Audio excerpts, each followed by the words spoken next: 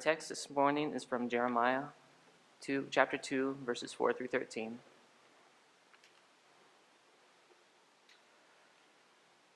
Hear the word of the Lord, O house of Jacob, and all the families of the house of Israel.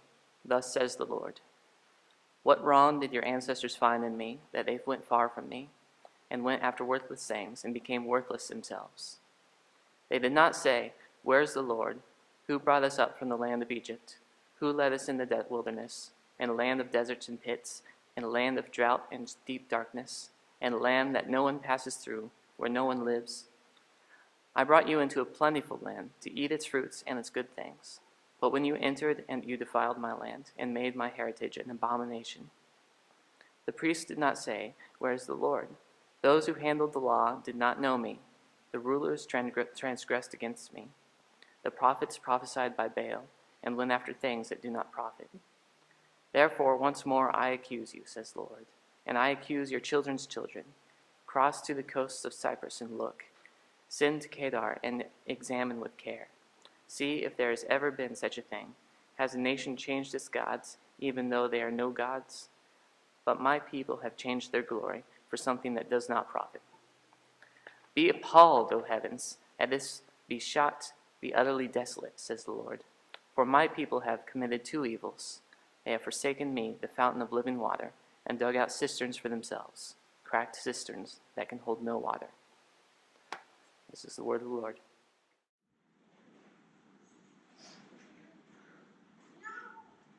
So for the last 3 weeks or so, it really feels like it's pretty much been the entire month of August.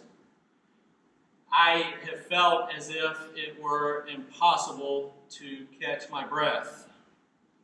As summer was finally winding down, getting Colin moved over to Columbia, getting Liam and Lillian into their new schools, I had thought for a moment that the moment would come when I could settle in a little bit and move smoothly towards the beginning of fall and all that the new season would bring. And I quickly found out just how wrong I was. It seems that the busyness of the summer, I discovered, had kind of worn me down more than I anticipated, more than I had realized. And it manifests itself in a number of ways. First of all, I found myself to constantly be anxious at all times and around all things. I had this, even more so than normal, inability to focus. I had this increasing sense of irritability, which means I was grumpier than normal. Found myself easily rattled. I wasn't sleeping very well, and I certainly was not finding any time to make it to the gym to exercise. So what it boiled down to was that I realized that I had lost total control over the things that I normally like to have control over, like my time, like my schedule, like my own energy, even my own feelings and emotions. I like to try to be in control of those, and I had discovered over the last month that I had absolutely no control whatsoever. I'm not sure why any of this was happening. Maybe, just maybe, there were just too many transitions happening in my life and the lives of those around me at one time to be able to process all of this in an appropriate way. Everyone around me was going through change of some kind. In addition to all three kids being in new places beginning this fall, Courtney was beginning a brand new job as of August 1st. That meant we all had to have new schedules. Any comfort, any sense of comfort that we had experienced as a family in the months prior, totally disrupted as of August 1st. And I wanted my control back. Or I wanted what I believed I was in control of. I wanted that back. Why? Because I believe we all want to be in control. We want to be in charge of the things impacting us, whether directly or indirectly. It's part of our conscious or subconscious thinking and behaviors. And all of the things that I have been feeling, the anxiety, the lack of sleep, the irritability, the inability to focus, they were byproducts. They were byproducts of this tug of war that was going on within my life, a tug of war for control. Finally, about 10 days, I reached my breaking point, my tipping point. Something within me, something outside of me had to give. So what did I do? I cleaned. I cleaned my office. For 8 hours, over a day and a half, I boxed up books that I knew that I would never, ever look at again. Why? Because I hadn't looked at them in the last 10 years, except to take them off a shelf and put them back on a shelf. I threw away papers that were just cluttering up everywhere in my office, and I took everything off the walls, and I totally rearranged the furniture. Basically, I tore up my entire office about 10 days ago, moving half of the furniture out into the hallway. I think I frightened the staff. It was a Tuesday afternoon, and they would all just walk by and see everything piled up in the hallway, and they would look into the office, and they would keep on walking by, and they would just keep right on going. And they were wise, all, to just keep right on going, because I was a hot mess that day.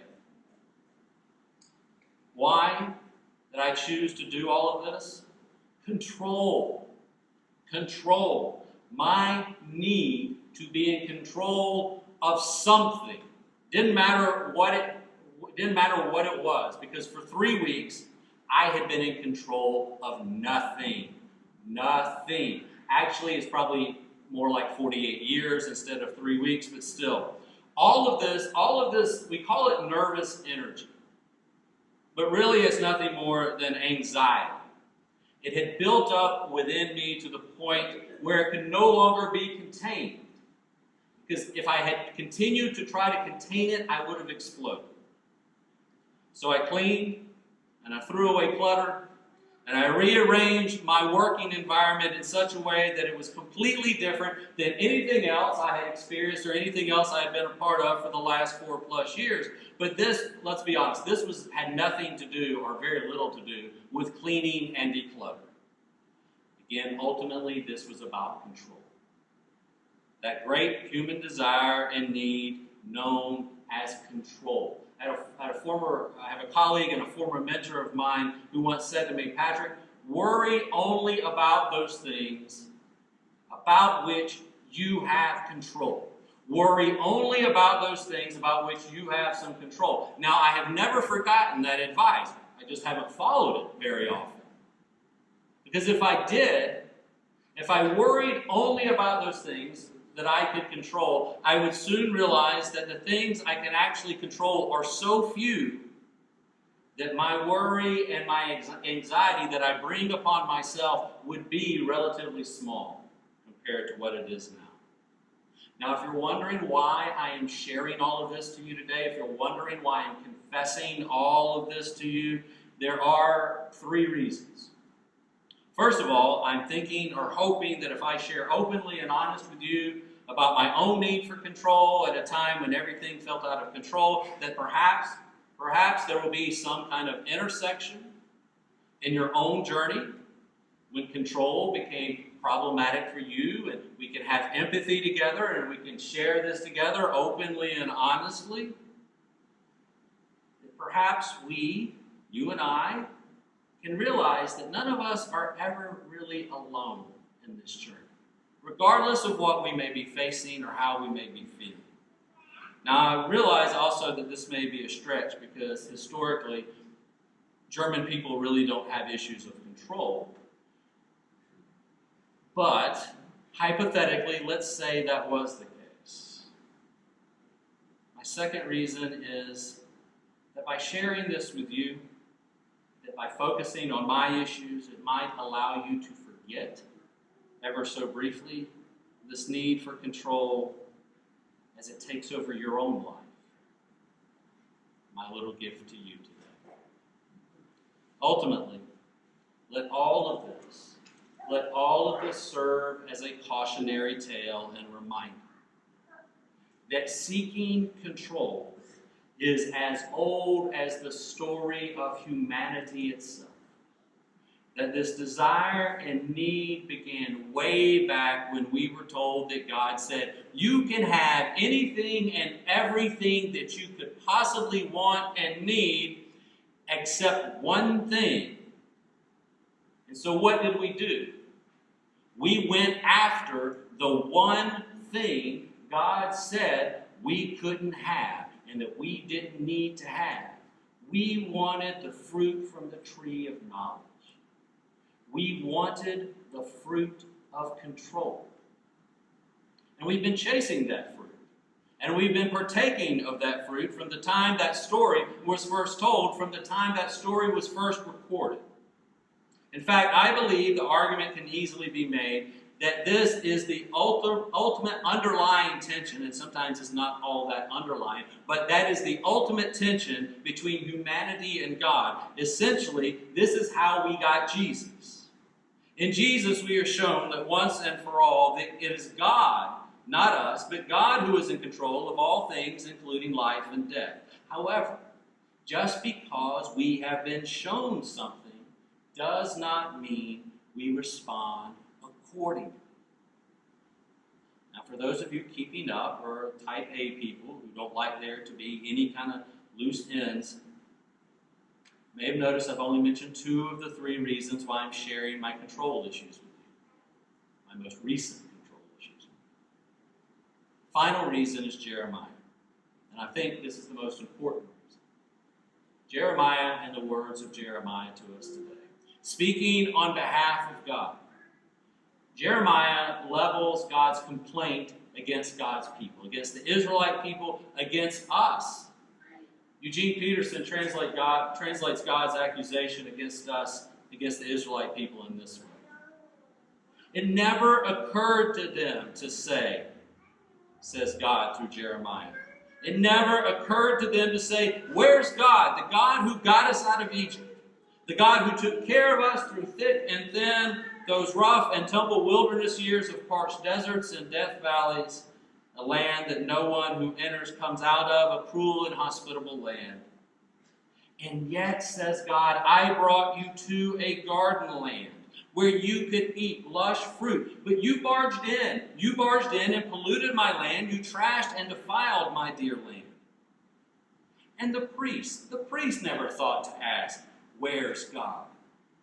The religious experts, they knew nothing of me.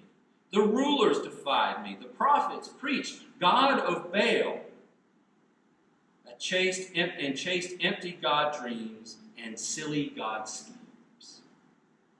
In other words, it's not that God's people forgot about God or forgot what all God has done for God's people. They didn't say, where's the Lord? They hadn't forgotten God. Rather, their evils were much worse than forgetting. Their evils, says Jeremiah, were twofold. First, they had forsaken God. They had simply abandoned God, walked away from God, the fountain of living water, the giver and sustainer of life. Secondly, they had chosen to dig for themselves cracked cisterns. Cisterns that cannot hold water, cannot hold the water of life. They have chosen, humanity has chosen, to do for and provide for themselves something only God can do or provide. Humanity attempted a coup d'etat. They attempted to seize control from God. And they did so with disastrous results. When we seek to wrestle control from God, we become, as God said through Jeremiah, like cracked cisterns, unable to hold the fountain of living water that is the holy and the sacred and the divine presence of God.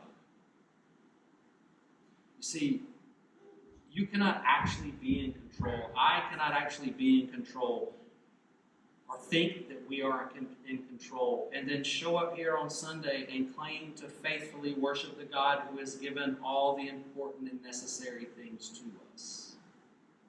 At some point, we have to be willing to accept the limitations of our own abilities and say, I cannot control this. I have absolutely no control over this situation or circumstance whatsoever, but I do know that there is something in this world and of this world far greater than my own abilities and far greater than me.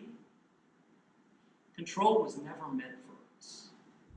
Control was never meant for us, and yet we pursue it constantly, aggressively. I realize that may be hard to believe, especially though if you pay attention to what is going on in the world. Yesterday there was another mass shooting in Texas. 5 dead, 21 injured. Countless lives impacted by violence and this need to be in control. And it's not the first time, God knows. And it's not going to be the last time, I fear, but I know. It's a catastrophic Category 5 hurricane bearing down on the Bahamas right now. By midweek, it'll make landfall either in Florida or Georgia or South Carolina or North Carolina. Have you seen the models? Have you seen the models all week and how they've predicted they know where it's going to go until they realize they don't know where it's going to go? Because this thing has changed course constantly. Do I wish I had control over these things? Yes, I do. Do you wish I had control over these things? You better not.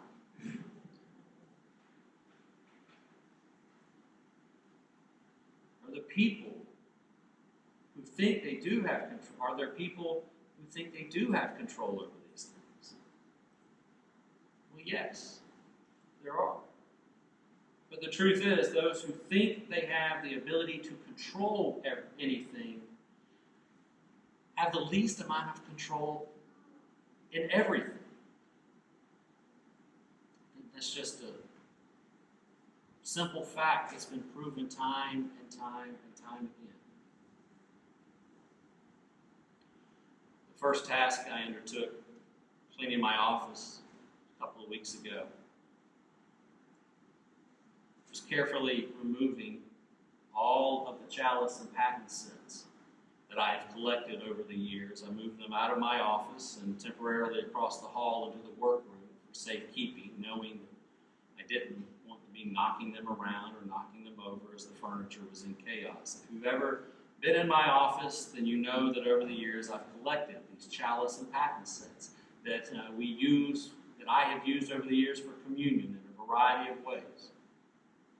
They come from my upbringing in the Christian Church Disciples of Christ, where this act of communion is so essential to who we are. It's not just the act itself, the bread that sits on the paten or the bread plate, the juice that sits in the chalice or the cup.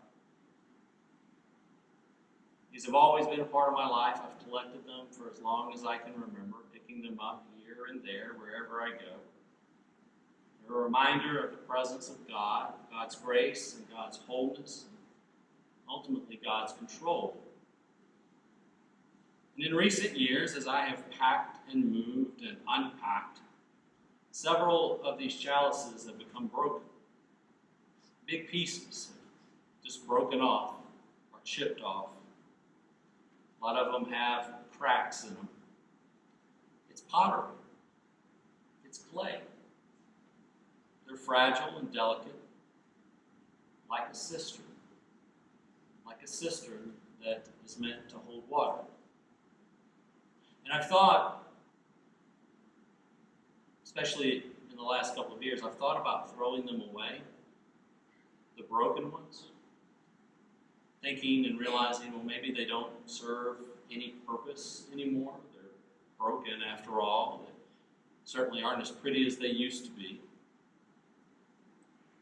They don't hold the juice anymore. They're like cracked cisterns. But I haven't thrown them away. And I won't. I'm not going to. Because even with the cracks and the breaks in them, I can still see the beauty. And I see that beauty very differently now than I did when I first purchased them or when they were first given to me as gifts. I see within them still the beauty and the art. And I see within them the gifts and the talents of the men and women who threw them on a potter's wheel and shaped them and then fired them and painted them. Even in the breaks and in the cracks, there is still beauty. And I realized that I had a choice in all of this, that we have choices in our life that are very similar. We can see only the cracks and the breaks in ourselves or in others, and nothing else. And then see us or others as useless and only as broken. Then I guess we could deny our own cracks and brokenness and focus only on the cracks and the brokenness of other people, if that makes us feel any better. Or thirdly, we can honor the cracks and brokenness. We can acknowledge their presence and say, well, they're here, they're there, I can't do anything about it now. I can't change any of this. So we can honor the cracks and the brokenness and still celebrate the beauty that still exists within them.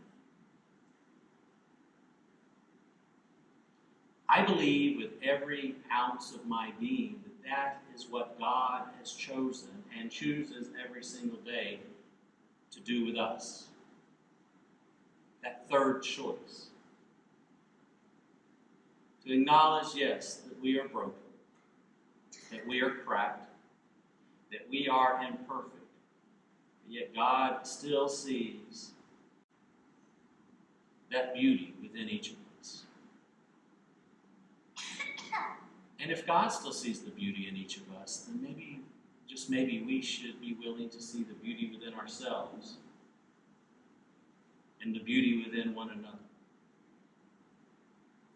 It's no surprise, of course, that the story of the relationship between God and humanity didn't end with the second chapter of Jeremiah. Thanks be to God for that.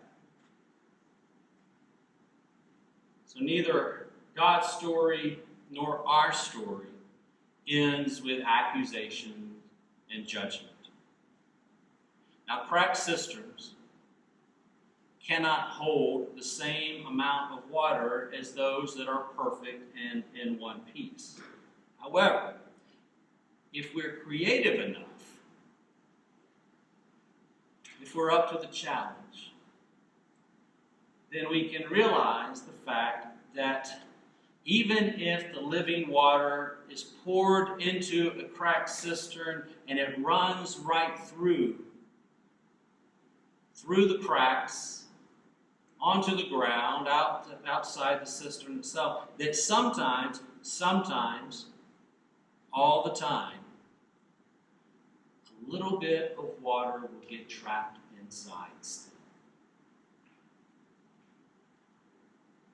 And sometimes just a little bit of living water is all we need. Just a little bit of living water to remind us where, and from whom that water comes.